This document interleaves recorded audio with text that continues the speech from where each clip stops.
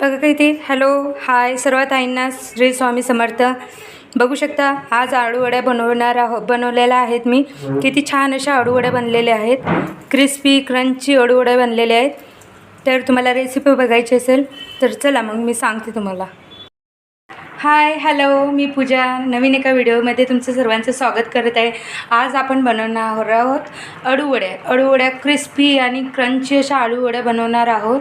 तर तुम्ही स्किप न करता पूर्ण व्हिडिओ बघा आणि आवडल्यास नक्की लाईक करा. तर चला साहित्य सांगते काय आहे. तर अळूवड्या बनवण्यासाठी सर्वात आधी अळूवड्याची पाणी हे 5-5 याची एक जुडी होती. अशी 10 पाणी घेतलेली आहेत मी.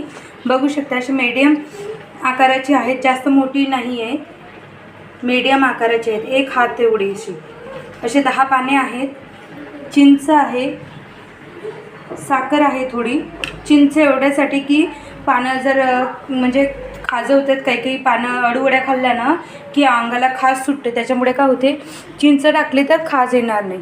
तर चिंच, साखर, तांदळाचं पीठ तुम्ही स्किप पण करू शकता, पण तांदळाचं पीठ टाकले ना अळूवड्या ह्या छान क्रिस्पी आणि क्रंची होतात.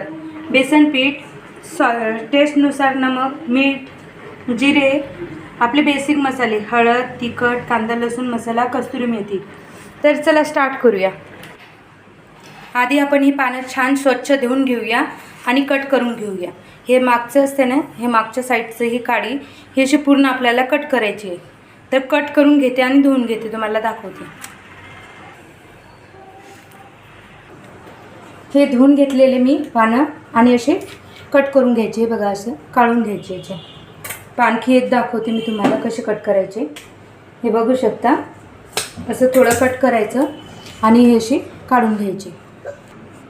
हे एक बाउल घेतलेलं आहे मी. त्यामध्ये आता आपण हे बेसन पीठ टाकूया, त्यानंतर तांदळाचं पीठ टाकूया आणि छान हे मिक्स करून घेऊया, भिजवून घेऊया. तर तांदळाचं आणि बेसन पीठ भिजवून घेतलेलं आहे. बघू शकता कन्सिस्टन्सी अशी ठेवूया आपण, जास्त पातळ पण नको जास्त घट्ट पण नको. हे बघा, ठीक आहे. याच्यात आपण आता स्पायसेस टाकूया. तर असं आपण बेसन पीठ भिजवून घेतलेलं आहे. तर चिंचा पण मी भिजवून घेतलेल्या आहेत, त्याच्यात पाणी टाकून थोडं. तर हे चिंचेचं पाणी आपण याच्यात टाकूया. थोडं टाकायचं, थोडी साखर,